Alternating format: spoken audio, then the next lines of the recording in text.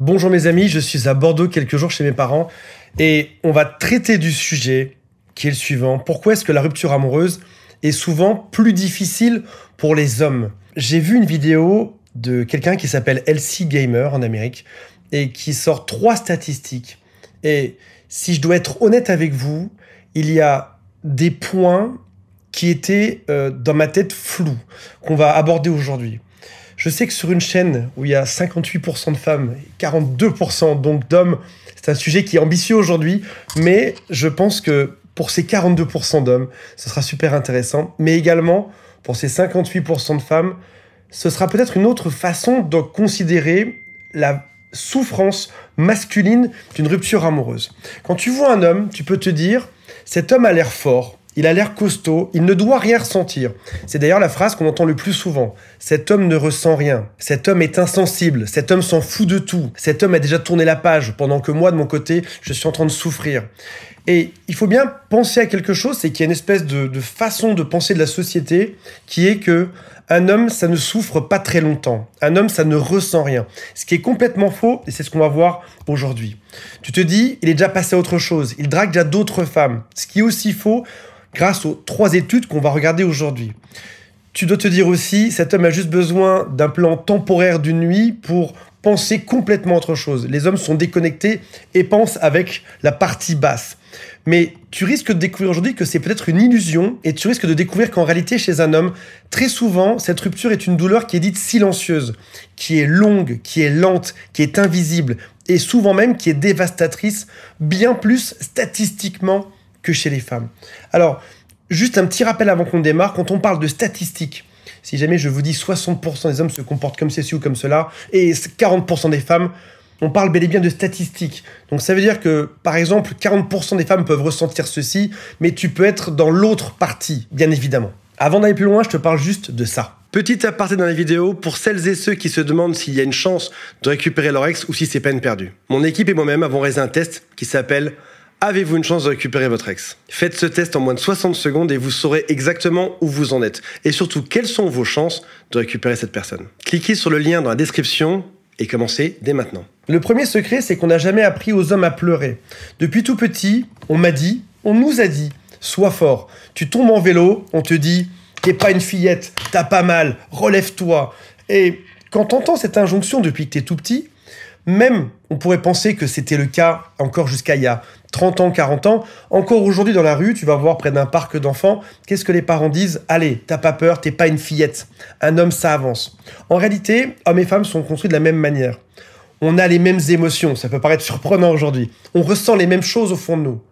On a ce même cœur. Sauf que lorsque t'es un homme, on t'a appris à mettre des espèces de chapes de plomb dessus, à tout cacher, à ne jamais rien ressentir. On t'a entraîné à moins ressentir. Alors qu'on se mette d'accord, ça reste une illusion, ça reste un paravent face à la douleur. Tu ressens la même chose, mais on t'a appris à l'ignorer, à ne pas regarder cette douleur, à faire comme si elle n'existait pas. C'est pas pour autant que tu ressens moins, c'est qu'on t'a juste appris à regarder ailleurs. Si tu regardes les statistiques comme par exemple celle-ci de 2003, et il y en a plusieurs qui vont dans ce sens-là, on voit que les hommes divorcés ont un risque de, mot que je ne peux pas dire sur YouTube, qui est 2 fois plus élevé qu'un homme marié. Donc si tu divorces, il y a 2 fois plus de chances que quelque chose de grave se passe. Le résultat, c'est qu'un homme s'autorise rarement à s'effondrer. Il va tenter d'intellectualiser la rupture. Il va chercher à comprendre plutôt qu'à ressentir. On a rarement appris à un homme à venir piocher dans ses émotions, à les traiter, à les résoudre et à les digérer.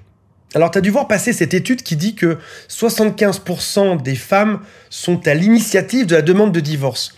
Et si jamais tu consultes un peu tout ce qui est communauté Red Pill, c'est-à-dire en gros ces hommes qui sont contre les femmes, on va te dire que ce sont les femmes qui cassent tout, qu'elles ne savent pas ce qu'elles veulent s'engager et qu'après ça elles partent. Comprends bien que de manière évidente, il y a déjà moins de risques mortels pour une femme à quitter une relation que pour un homme. On parle de risque mortel au sens propre. Il y en a 2 fois plus chez les hommes. Et je ne suis pas là en train de dire « ouin ouin, ces pauvres hommes qui sont tristes, etc. » alors qu'on s'en fiche, ils ne ressentent rien. Mais remarque une chose intéressante, c'est que même si tu penses ça, Tu es en train déjà de rentrer dans ce que la société fait aux hommes. Oh, les pauvres hommes, moi je m'inquiète pas pour eux. On est là-dedans aujourd'hui. On te parle de ça. C'est-à-dire que c'est pile le sujet de cette vidéo. Par exemple, tu peux remarquer que ton ex, homme, 6 mois après, est toujours abonné à ton Instagram. Mais pour autant, il sera toujours incapable de te dire un « je t'aime », de te dire un « tu manques », d'exprimer son émotion, d'exprimer ses blessures. Tu peux aussi voir cet homme qui va enchaîner les conquêtes amoureuses depuis qu'il est parti et tu penses que c'est pour le plaisir, c'est pour s'amuser. En réalité, c'est bien souvent pour éviter le vide. Quand tu n'as jamais appris à pleurer, quand tu n'as jamais appris à écouter tes émotions, tu collectionnes les distractions et tu ne vas jamais guérir. Mais ça ne s'arrête pas à ça. Il y a cette deuxième chose que tu ne sais peut-être pas sur les hommes, c'est qu'ils ont ce qui s'appelle une solitude émotionnelle. Et c'est un poison lent pour eux. Personne ne lui demande comment ça va vraiment. La majorité des hommes n'ont pas de cercle émotionnel. Les dernières études de 2023 disent que 15% des hommes n'ont pas d'amis du tout. Alors ils ont parfois des potes pour jouer au foot, pour faire des blagues, pour faire des jeux, mais c'est difficile dans un groupe d'hommes d'arriver et de dire je souffre, de dire je vais mal. Parce qu'en réalité, socialement, c'est pas réellement ce qu'on attend de toi. Mais on va aller plus loin que ça. Ils peuvent faire semblant d'aller bien, parce qu'ils savent que si jamais ils montrent leur faiblesse, ce sera mal accueilli. Regarde juste, après une rupture amoureuse, la vie d'un homme et d'une femme. Pour une femme, pas toutes, mais statistiquement très souvent. Je sais ce que tu vas me dire en commentaire. Tu vas me dire, moi Antoine, ce n'est pas comme ça que ça s'est passé. Un jour après la rupture, regarde juste leur vie. Elle est invitée à des déjeuners, à des dîners. Elle se fait draguer de partout. Il reste seul. C'est valable un jour après la rupture, une semaine après la rupture, un mois après la rupture, un an après la rupture. Il sera seul. Ça signifie qu'il n'a pas le même groupe de soutien émotionnel. Une femme sera souvent bien intégrée et aura d'autres soutiens émotionnels. Des amis, des copines qu'elle aura, ça peut être aussi des prétendants qu'elle aura. Elle a toute une foule de monde qui vient près d'elle pour la rassurer, pour la prendre dans les bras, pour lui demander comment ça va, pour faire qu'elle aille mieux. Un homme n'a pas ce groupe de soutien émotionnel. Non seulement il l'a pas, mais en plus, c'est ça qui est ironique, il ne sait même pas demander. Et si jamais il demandait du soutien ailleurs, il serait probablement plutôt mal reçu.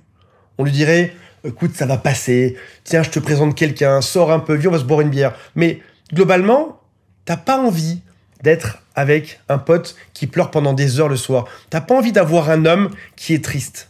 J'ai créé une formation vidéo en 12 modules qui s'intitule « Récupérer son ex en 60 jours ». Le programme de formation s'affiche juste ici. Pour vous inscrire gratuitement, le lien est dans la description. Imaginons un film dans lequel le super-héros est un homme qui était fort et qui va pleurer pendant 5-10 minutes.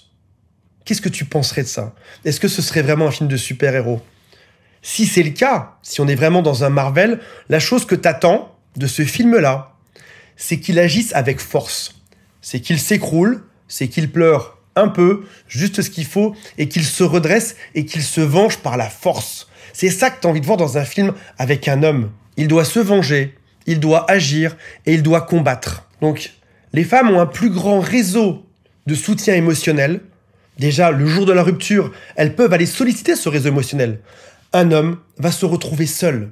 Son centre d'intérêt était souvent son couple. Il n'a pas ce réseau externe pour en sortir. Alors pourquoi est-ce que les femmes demandent à 75% le divorce? Tout simplement parce que il y a quelque chose de plus simple à sortir d'un couple qui ne fonctionne pas. Il y a un réseau pour l'aider, ce qui statistiquement n'est pas le cas chez un homme. Enquête de 2025. Bien que les hommes et les femmes déclarent un niveau similaire de solitude, les femmes sont plus enclines à solliciter un large éventail de ressources pour obtenir un soutien émotionnel. Elles entretiennent également des contacts plus fréquents avec leurs amis, ce qui leur permet de bénéficier d'un réseau social plus solide. Alors qu'on se mette bien d'accord, je dis pas que les femmes ne souffrent pas et que ce sont les hommes qui souffrent beaucoup plus, je dis juste qu'en proportion, il est plus compliqué pour un homme de sortir indemne d'une rupture amoureuse. Voici une deuxième étude qui va dans ce sens-là, et il y en a des tonnes, qui explique la chose suivante. Les hommes sont plus susceptibles que les femmes d'être socialement isolés tout au long de leur vie. Ce manque de soutien social peut avoir des conséquences négatives sur leur bien-être émotionnel et physique. Donc, à ce niveau de la vidéo, on comprend que les hommes sont seuls et moins soutenus, mais c'est pas tout. Ils sont aussi ce qu'on pourrait dire émotionnellement analphabètes. Je peux taper sur les miens aujourd'hui. J'ai le droit de dire ça. On est moins câblé, on a été moins entraîné, on est moins capable d'aller demander de l'aide à l'extérieur. Secret numéro 3. Et encore, entendez bien ça en termes de statistiques. En commentaire, vous allez me dire, mais moi, en tant que femme, je ne suis pas invitée à dîner, etc. Et moi, j'ai pas d'amis, et mon copain a plein d'amis. On parle réellement de statistiques 60-40, 70-30, etc. Troisième secret, très souvent pour un homme, un couple, c'est sa vie entière. Parce qu'on se rappelle que quand tu n'as pas ces connexions sociales externes, tu mets tout dans ton couple. Tu vas chercher de l'argent pour construire la maison, pour mettre des agglos, pour mettre des murs, pour mettre des parpaings, une cuisine, etc. Ta femme devient très souvent ta meilleure amie parce que tu n'as pas cette compétence sociale d'aller chercher du soutien à l'extérieur. Pour un homme, son couple, c'est son tout. Là où pour une femme, si on regarde les statistiques, pour une femme, son couple, c'est sa relation amoureuse. Quand elle a besoin d'autre chose, par exemple, de soutien émotionnel, amical, etc., elle va voir ailleurs. Pour un homme, lorsqu'il se retrouve célibataire, quand il se retrouve dans une rupture amoureuse, il se dit « elle est partie, donc je ne vaux rien ». Cette maison construite avec ses mains, ce sera fini. La famille, c'est fini également. Rappelons-nous qu'on est dans une justice, encore aujourd'hui, où, globalement, je fais gaffe aux mots que j'emploie, la garde est un peu plus donnée aux femmes, selon l'âge des enfants. Il y aura aussi une forme d'isolement. Sa femme était sa meilleure et sa seule amie. C'était son référentiel. Pour beaucoup d'hommes, sa partenaire devient son pilier émotionnel. C'est son roc, c'est son tout. C'était sa sécurité émotionnelle. Elle validait sa valeur, c'était le repère dans sa vie. Au moment où sa femme part, il ne sait même plus qui il est. Tout son référentiel entier s'écroule. Il se dit donc, je ne suis pas assez bien, je ne suis pas suffisant, j'ai tout perdu dans ma vie. L'homme aura donc du mal à trouver une forme d'échappatoire. Il aura du mal à guérir. Un exemple. Et encore une fois, on parle en statistique de manière générale. Quand une femme vit une rupture, elle va en parler à ses proches. Elle va s'autoriser à pleurer. Elle va lire des livres. Elle va écouter des podcasts. Elle va faire un travail sur elle. Quand un homme vit une rupture, il va aller en soirée. Il rallume Tinder. Il change de coupe de cheveux. Il va à la salle. Il reste seul. Ou alors, il se met à fond dans son travail. En soi, c'est pas forcément mal. Sauf que si vous regardez ceci, on ne parle pas de guérison, on parle d'échappatoire. Voici quelques pistes que tu peux faire si tu es un homme qui regarde cette vidéo. Tu peux appeler tes amis. Les amis ont cette capacité à pouvoir s'appeler. Les amis hommes, on peut s'appeler 3 ans après et reprendre la discussion au même niveau où on s'en était arrêté. Tu verras que si tu oses poser la question, si tu oses montrer ta tristesse, si tu oses rappeler, beaucoup de tes anciens amis reviendront et seront juste ravis de te revoir. Va dans la nature, crie dans la forêt, pleure dans ton lit, autorise-toi à être triste. Et évite cette erreur qui est de croire que aimer quelqu'un d'autre va te guérir. Tu as d'abord besoin de prendre soin de toi. Si vous envisagez de récupérer votre ex et que vous avez besoin de soutien, sachez que depuis 10 ans, je travaille avec des coachs et des psychologues pour accompagner les VIP chez jerécupéremonex.com. Nous ne proposons pas une solution miracle, mais un travail sérieux qui est d'ailleurs noté 4,5 sur 5 sur Trustpilot. Pour en savoir plus, prenez rendez-vous gratuitement avec l'un des membres de notre équipe. Garde bien en tête ce message qui est extrêmement important. Tu ne guéris pas avec l'amour d'un nouveau corps, d'une nouvelle personne. Tu vas guérir quand tu auras bossé sur ton propre schéma interne, sur ta propre façon de faire. Beaucoup d'hommes se remettent vite en couple. Ils veulent se réparer à travers l'autre. Ils se disent, si j'ai quelqu'un d'autre dans ma vie, je récupère un tout. Je récupère tout un univers. Ça veut dire que je suis toujours désirable. Ça veut dire aussi que je vais oublier la douleur de ce que je vis aujourd'hui. Malheureusement, tu vas probablement reproduire exactement les mêmes schémas, refaire les mêmes disputes et arriver au même résultat qui sera probablement celui de la rupture. Tu as besoin de temps pour toi aujourd'hui, mec. Donc, n'hésite pas. Si jamais tu ne prends pas ce temps pour guérir, pour aller mieux, pour gérer tes émotions, alors tu vas juste transmettre cette douleur à la prochaine femme que tu vas rencontrer. Voilà mes amis, j'espère que ça vous aura aiguillé sur la souffrance des hommes lors d'une rupture amoureuse. Je vous rappelle que toute mon équipe est là. Si vous avez besoin de parler, ne restez pas seul. Il y a des ressources qui sont juste sous cette vidéo, des PDF gratuits, des formations offertes. Il y a une application JRME qui est gratuite aussi, c'est juste en dessous. Et vous pouvez aussi parler de personnes de mon équipe. Tout ceci, c'est juste sous cette vidéo. Salut à tous, bye.